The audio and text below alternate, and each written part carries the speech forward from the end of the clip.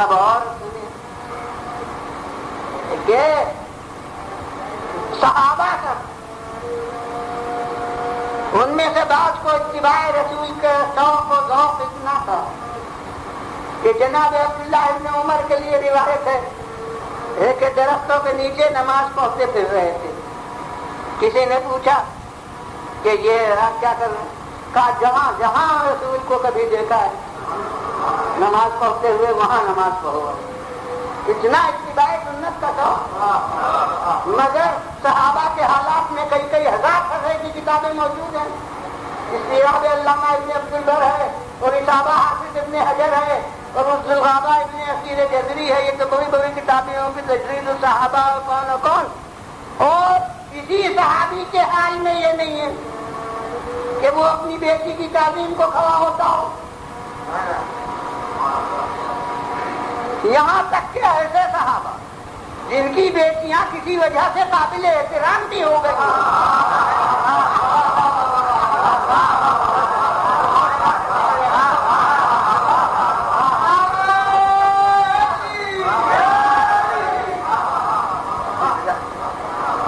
اور وہ بھی اپنی بیٹی کی تعلیم کو نہیں کھڑے ہوتے.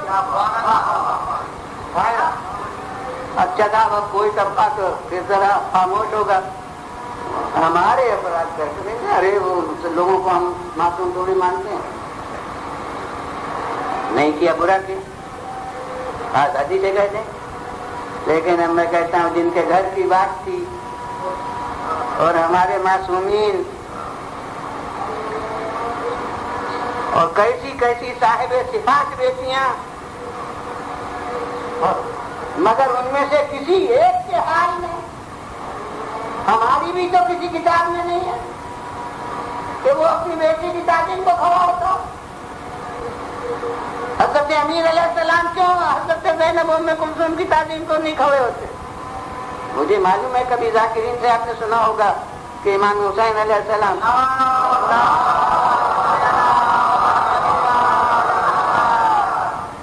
حضرت اپنی بہن کی تعلیم کو کھڑے ہو جاتے تھے. میں کہتا ہوں یہ بھی بہت اونچی بات ہے لیکن یہ کہ وہ تو بات نہ ہوئی. امیر المومنین کیوں کھڑے نہیں ہوتے تھے؟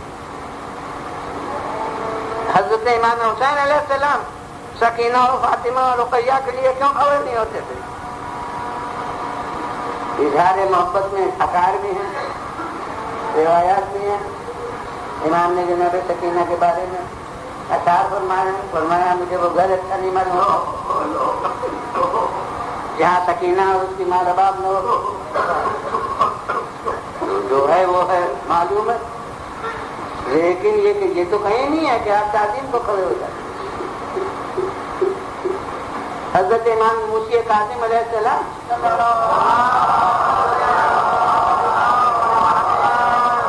وہ ان کی صاحبزادی ایسی کہ فہرست معصومین میں اگرچہ نام نہیں ہے مگر پھر بھی نام کا جز ہو گیا معصوم ہے خود. مگر امام موسی کاظم علیہ السلام کے لیے نہیں ہے کہ وہ تعلیم کو کھڑے ہو جاتے ہیں. جناب حکیمہ خاتون جو رازدار حجت منتظر قرار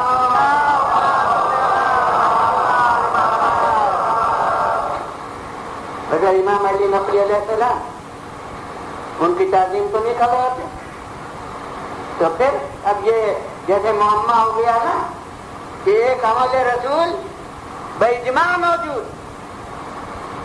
مگر نہ صحابہ میں کوئی پیروی کر رہا ہے نہ اہل بیت علیہم السلام میں سے کوئی پیروی کر رہا ہے نہ 1400 برس کے علماء میں سے کوئی لکھ رہا ہے کہ یہ سنت ہے.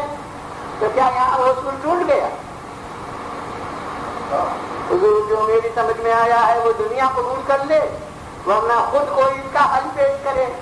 میں کہتا ہوں کہ 1400 برس کے علماء یہی سمجھے ہمارے معصومین جن کے گھر کی بات تھی وہ یہی جانتے تھے. صحابہ کرام جو بروقت اس کے شاہد تھے وہ یہی سمجھتے تھے کہ یہ تعظیم فاطمہ کی بحیثیت بیٹی کے نہیں ہے یہ شخصیت فاطمہ کے لحاظ سے ہے.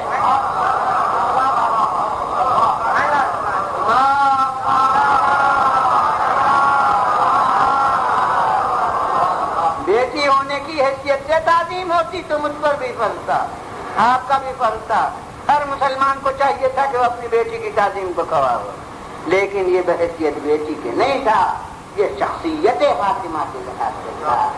لہذا اصول اپنی جگہ قائم، فعل رسول کا اتباع لازم، لیکن اس کے تقاضے میں قیامت تک کے مسلمانوں کو بس تعظیم فاطمہ واجب ہے۔ اپنی بیٹیوں کی تعظیم سے وہ حکم کی تعمیل نہیں ہوتی۔ تو اب یہ حضرت فاطمہ زہرا سلام اللہ علیہا کوئی خاص منزل تھی جس کی وجہ سے کہ حضرت پیغمبر خدا صلی اللہ علیہ وسلم تعظیم کے لیے کھڑے ہوتے ہیں، اور وہ منزل وہی ہے کہ یہ تتمہ فرائض رسالت، اور ابھی وہی قل ان کنتم تحبون اللہ فاتبعونی کی روشنی میں عرض کروں گا ان کی منزل، جو ایک حقیقت قرآنی بھی ہے اور حقیقت واقعہ ہے کہ فاتبعونی کے حکم میں کہ میرے نقش قدم پر چلو حضرت علی علیہ السلام بھی داخل ہیں، اور بعض آیتیں ان کی مدح میں متبع رسول کہہ کے نازل ہوئی ہیں۔ حسبک اللہ حسبک اللہ ومن اتبعک من المؤمنین، اے رسول آپ کے لیے اللہ کافی ہے اور مومنین میں سے وہ آپ کا متبع ہے۔ اور دوسری آیت وَاخْفِضْ جَنَاحَكَ لِمَنِ اتَّبَعَكَ مِنَ الْمُؤْمِنِينَ، اپنے بازو جھکا دیجئے مومنین میں سے اس فرد کے لیے جو آپ کا متبع کامل ہے، اور کعبہ گواہ ہے کہ کس کے لیے بازو جھکائے۔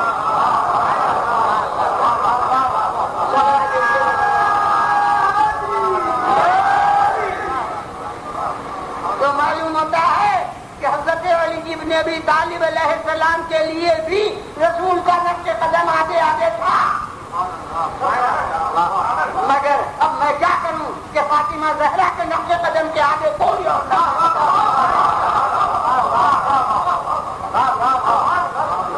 ان کا نقش قدم تو رسول کے نقش قدم کے ساتھ ساتھ چلتا ہے۔ ایک طبقے کے لیے وہ سرمایہ اتباع،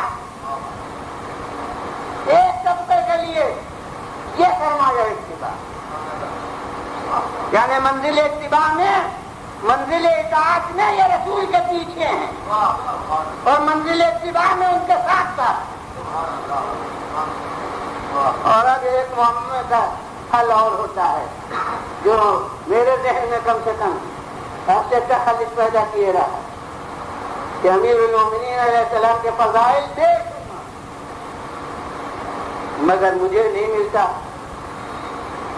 کسی روایت میں کہ امیر المومنین حضرت علی کے لیے رسول تعظیم کو کھڑے ہوتے ہیں، جس کے اتنے بے شمار فضائل،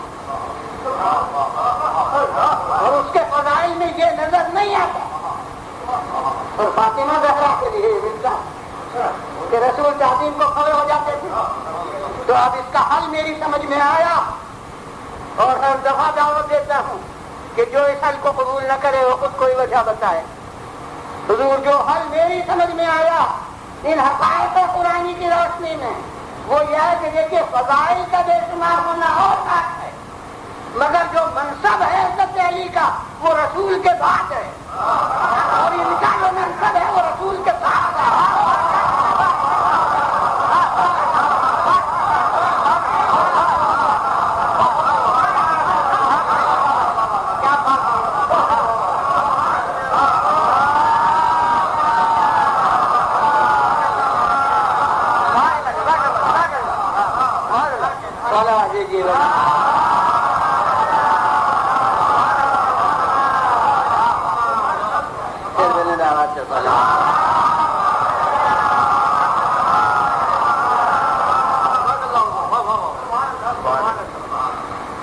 اب رسول کے سامنے ان کا معیار پردے کا جو تھا وہ تو میں عرض کر چکا کہ باپ کے خطبے میں کبھی برقع و چادر میں نہا ہو کر بھی نہیں آئے. اور بعد رسول بڑا دلدوز سلسلہ ہے واقعات کا تاریخ اسلام میں. اور سید عالم کا ایک شعر اس پورے جو نہ جانتا ہو اس کو دعوت فکر دیتا ہے, تلاش کی دعوت دیتا ہے. صبت علیہ مصائب لو انہا صبت علی الیام صرنا لیالیا.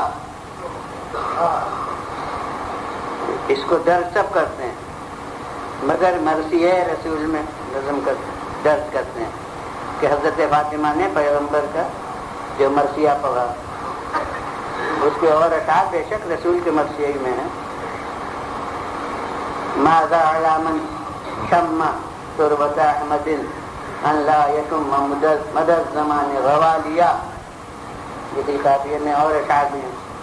تو کہتے ہیں کہ وہ رسول کی وفات کر کے اظہار کیا, مگر ماشاء اللہ مجمع میں عربی افراد کیا جن کی مادری زبان عربی ہے وہ بھی موجود ہیں کچھ نہ کچھ, اور مثل مادری زبان کے جو واقف ہو گئے ہیں عربی سے وہ سے بھی لوگ بھی ہیں کہ غور کیجیے کہ پیغمبر عرب کی بیٹی اور خود صاحب زبان اگر فقط رسول کا مرثیہ اس پر اظہار تاثر منظور ہوتا تو کہتے صبت علیہ مصیبت لو انہا صبت علیہ صرنا لیالیا.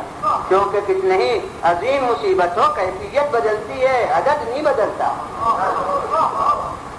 مصیبت الفہم کہتے تنوین تعظیمی ہے, یعنی بڑی مصیبت, ایسی بڑی مصیبت مجھ پر پڑی کہ اگر روزہ روشن پر پہنچتی تو شبائے تار ہو جاتے, تو ہوتا مصیبت.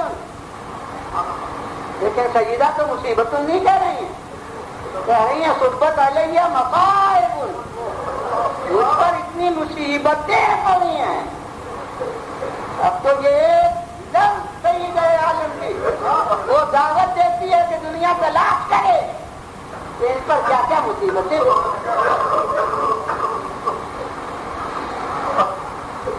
تو یہ عالم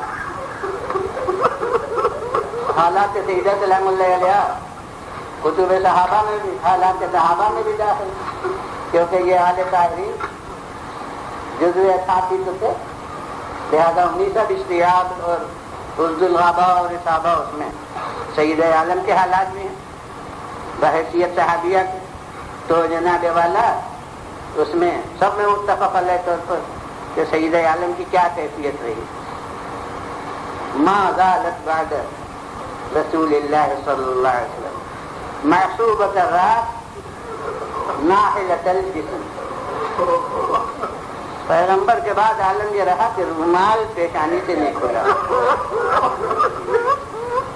اور گھلتی چلی گئی, اور ہر وقت کا رونا. تو یہ عالم مگر انہی حالات صحابہ کی کتابوں میں کہ جناب اسماء بنت عمیس یہ سیما افراد تھیں اس دور میں, سید عالم کے گھر میں ہی یہاں حالات وفات کی راوی بھی یہی ہیں. اب یہ ہر بات تاریخ نے نہیں بتائی ہے کہ اس دور میں جناب فضہ کہاں گئی ہوئی تھیں, اور مگر بہرحال اس وقت کے حالات میں جناب فضہ گھر میں موجود نہیں تو جناب اسماء بنت عمیس ہیں. تو یہ جناب اسماء جناب عبداللہ ابن جعفر کی زوجہ تھیں, اور جناب جعفر طیار کی زوجہ تھیں, اور عبداللہ ابن جعفر کی والدہ ہیں. جناب عبداللہ ابن جعفر جو شوہر جناب زینب سلام اللہ علیہ ہیں ان کی والدہ ہیں یہ اسماء. تو یہ جناب جعفر نے اس ہجرت کے پہلے ہجرت حبشے کی طرف کی تھی. تو یہ حضرات وہ محل عیال گئے تھے چنانچہ جناب عبداللہ ابن جعفر کی ولادت بھی ملک حبشی میں ہوئی ہے، تو وہاں حبشے میں یہ رہی تھی، ملک حبشی۔ یہ جناب سیدہ سلام اللہ علیہ کے پاس تھی۔ اب یہ کیفیتیں لفظوں میں نہیں سمجھائی جا سکتی کہ غم کا چہرہ اور ہوتا ہے، درد و اذیت کا چہرہ اور ہوتا ہے، اور سوچ اور فکر کا چہرہ اور چنانچہ جناب اسما بیان کرتی ہیں کہ ایک دن میں نے فاطمہ زہرا کو سوچ میں دیکھا، فکر میں دیکھا، روز دیکھتی تھی، تکلیف محسوس ہوتی تھی، روز دیکھتی تھی، رنج کا چہرہ ہوتا تھا، آج یہ محسوس کیا کہ کچھ سوچ ہے، فکر ہے، تو پوچھنے لگی کہ آپ کو اس وقت فکر کیا ہے؟ کہنے لگی میں یہ سوچ رہی ہوں کہ ہمارے یہاں جنازے کے اٹھانے کا جو طریقہ ہے کہ کفن پہنا کے تختے پر لٹا دیا جاتا ہے، اس میں قد و قامت پر نظر نامحرموں کی پڑتی ہے، تو سوچ رہی ہوں کہ یوں ہی میرا جنازہ بھی اٹھے گا۔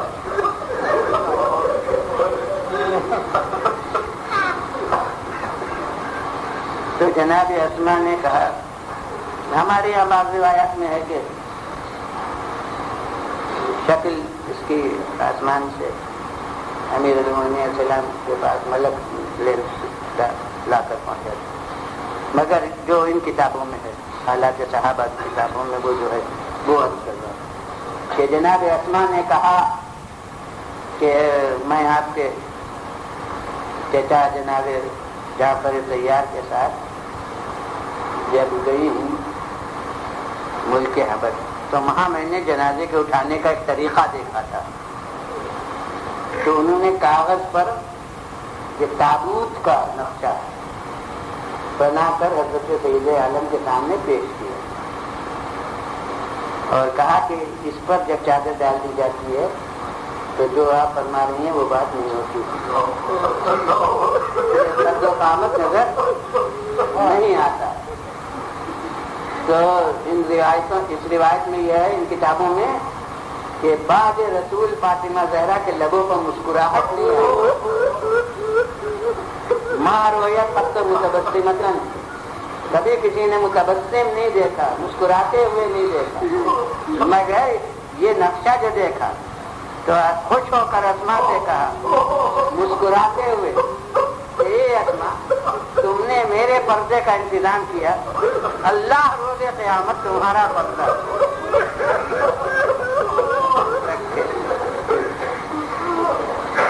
دیکھیے اب آپ دنیا سے اٹھ چکے ہیں، مگر ان کا خود تصور کیا ہے خواتین کی عزت کے لیے، اور بات تو وصیت کر دی کہ دن کو اٹھائی نہ جائے جنازہ، رات کو اٹھایا جائے اور لوگوں کو اطلاع نہ دی جائے، مگر ابھی نہیں کتابوں میں سب میں یہ ہے کہ تمام تاریخ اسلام میں پہلا جنازہ جو تابوت میں اٹھا ہے وہ حضرت فاطمہ زہرا سلام اللہ علیہا کا جنازہ۔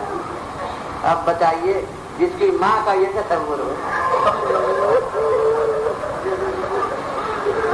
اور اس کی بیٹی کو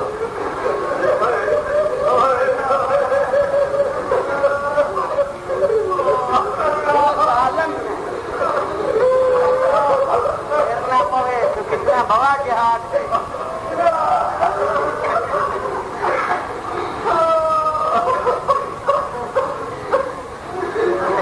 اس کے متعلق انشاءاللہ پھر ایک مجلس میں تفصیل عرض کروں گا، لیکن یہ سیدہ عالم کا تصور پردے کے بارے میں۔ ہاں حضرت زینب کبریٰ، اب انہوں نے اس عالم میں جو جہاد کیا تو وہ کل تو عرض کر چکا کہ جب گزر رہے تھے تو یہ جہاد تھا کہ حسین کی لاش پر نظر نہیں، ارے مجھے بھائی نے چھوڑا کہاں کے لیے؟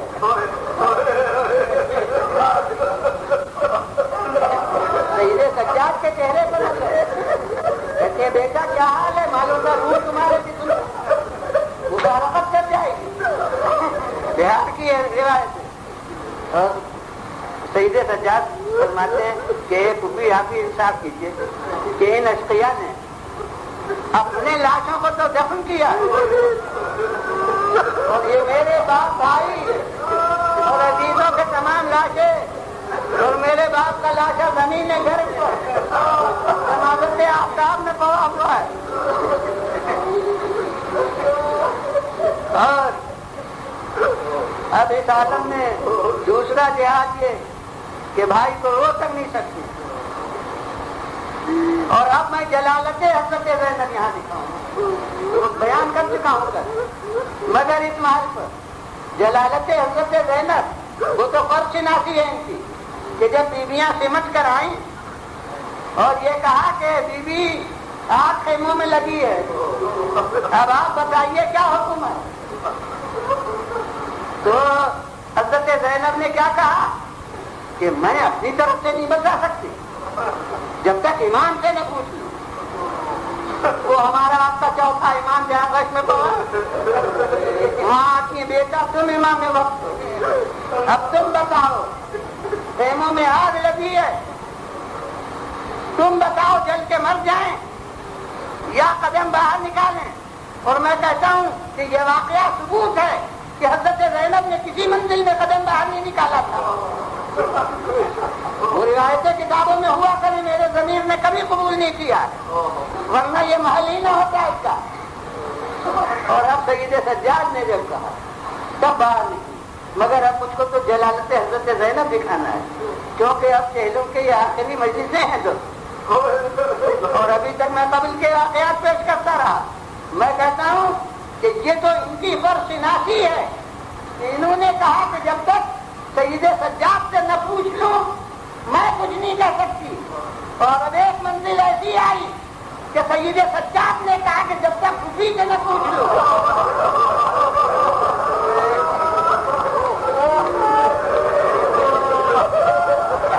اس وقت تک میں کچھ نہیں کہہ سکتا. اور باب ادا وہ کون منزل ہے جب سیاست وقت کے دباؤ سے یزید مجبور ہوا رہائی پر اور اب بلوایا سید سجاد کو اور سید سجاد آئے. اب جو میرا تصور ہے وہ میں کر رہا ہوں کہ میرے خیال میں یہ پہلا وقت تھا کہ سید سجاد بلائے گئے اور زینب ساتھ نہ تو اتنی دیر شہزادی پر کیا گزر گئی. اب کیا زینب قید خانے کے اندر بیٹھی ہوں سید سجاد آئے ڈرے ہیں تو قید خانہ پر پھوپھی کو خبر دے کر انہوں نے پہلی نگاہ میں محسوس تو کیا کہ کیا فرق ہو گیا ہے. یعنی جب گئے تو ہتکڑیاں تھیں بیویاں تھیں گلے میں دھوک تھا. اب آئے ہیں تو وہ زیور قسم سے جدا کیا جا چکا ہے رہا کیا ہے نا. اور رہا کرنے کے ساتھ یہ کہا کہ اب ہم تمہیں رہا کرتے ہیں اور خدا لعنت کرے اتنے ریاض یہ سب اس نے کیا. براہ راست میں ہوتا تو یہ تو نہ کرتا. اب مجھے اس پر بحث نہیں کرنا ہے مگر میں اتنا تو کہوں گا کہ اے یزید یہ تو ہم بات کو فیصلہ کریں گے کہ اصل ذمہ دار کون ہے. لیکن یہ تو تیرے قول سے ثابت ہو گیا کہ جو قاتل حسین ہو اس صحت پہ لعنت ہے. وہ کہہ رہا خدا لعنت کرے ابن زیاد پر کہ اس نے یہ کیا. اب ہم رہا کرتے ہیں اور تمہیں اختیار ہے چاہے یہاں رہو عزت کے ساتھ رہو. خدا کی قسم ہر جملہ نچلا ہے. اور چاہے مدینے جانا چاہو تو عزت کے ساتھ تمہیں مدینے بھیج دیا جائے مگر مجھے فیصلہ اپنا بتا دو کہ یہاں رہنا ہے یا مدینے جانا ہے. اور اب سید سجاد فرماتے ہیں کہ میں کچھ نہیں کہہ سکتا جب تک پھوپھی سے نہ اس وقت تک میں کوئی جواب نہیں دے سکتا. تو اب حضرت سید سجاد آئے. زینب کبریٰ نے فرق تو محسوس کیا مگر پھر پوچھا کہ بیٹا کیوں بلایا تھا؟ کہا بس اسی لیے بلایا تھا کہ ہمیں رہا کیا ہے اور ہمیں اختیار دیا ہے کہ چاہے یہاں رہو چاہے مدینے چلے جاؤ. گھبرا کے کہنے لگی تم نے کیا کہا؟ حل کرتے بغیر حکم سے پوچھے ہوئے میں کیا کہہ سکتا تھا؟ میں نے کہا کہ جو کچھ کہیں گی اس پر عمل ہوگا. میں یہ سننا تھا. اب خدا کی قسم دیکھیے یہ بات نبی کے ذہن سے کھپتی بھی تھی. کہتی ہے بیٹا جب تم نے مثبت ہوا تو اب یزید سے جا کے کہو کہ ہم ابھی تو بتا ہی نہیں سکتے کہ یہاں رہیں گے یا مدینے جائیں گے اس لیے کہ ہم تو ابھی اپنے وارثوں کو رو ہی نہیں.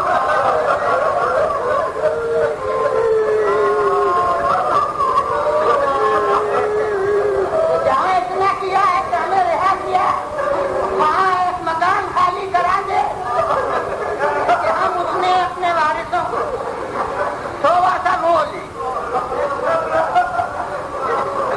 لیجیے حضرت زینب نے جو محسوس فرما لیا تھا کہ یہ کوئی ہمدردی سے ہمیں رہا تھوڑی کیا ہے, حالات سے مجبور ہو کر رہا کیا ہے, لہذا اب یہ ہمارے کہنے پر عمل کرنے پر مجبور ہے. یہ آ کے انہوں نے پیغام پہنچایا کہ میری پھوپھی یہ فرماتی ہے. اس نے کہا کہ اچھا ہے ٹھیک ہے لیجیے مکان خالی ہو گیا. ہاں ماشاء اللہ آپ صحیح تاریخ پر جہلو کر لیتے ہیں. اور اب زینب کبریٰ کتنے عرصے کے بعد وہی سکون ہے وہی جہلوم ہے. بعض علماء تو کہتے ہیں کہ دوسرے سال تو اب حسین کا چہلوم ہو رہا ہے. بس اب چند جملے بہت دلچسپ ہیں. روایت بتاتی ہے کہ ابھی تک کوئی غصہ دینے نہیں آیا تھا. بھلا بادشاہ کے معتوبین کو غصہ دینے کون آتا, لیکن اب جو معلوم ہوا ہے کہ شہنشاہ وقت کے حکم سے ماتم برپا ہوا ہے تو شرفاء قریش کی عورتیں جو دمن میں انہوں نے سیاہ کپڑے رنگوائے اور اب پرسہ دینے کے لیے قید خانے میں آنے لگے. بس چند جملے اور اس سے زیادہ نہیں, مسائل میں زیادہ غلامی نیت کرتا ہوں.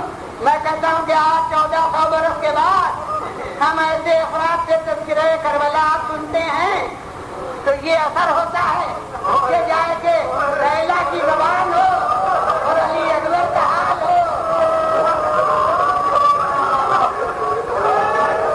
اور عباس کی زبان ہو, علی اکبر کا نوحہ ہو, بیوہ حسن کی زبان ہو اور ان کا ذکر ہو, زینب کی زبان, حسین کی شہادت کا حال.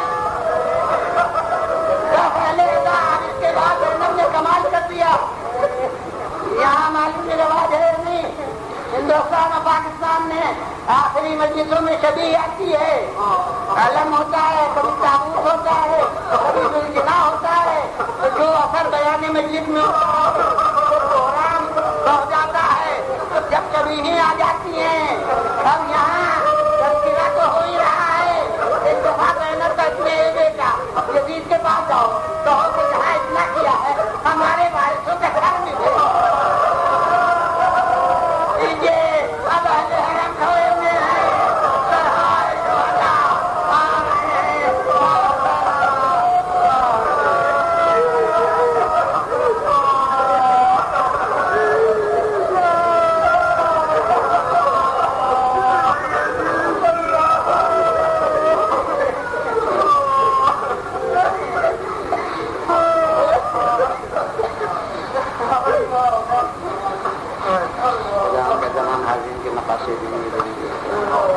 خدا ہم سب کو صراط مستقیم پر قائم رکھتا ہے. خدا ہمیں رسول رسول کے اسوہ حسنہ پر چلنے کی توفیق عطا فرما. جو بیمار ہونے کے بہت صحت عطا فرما, جو مر گئے ہونے رحمت و مغفرت سے معلوم ہے.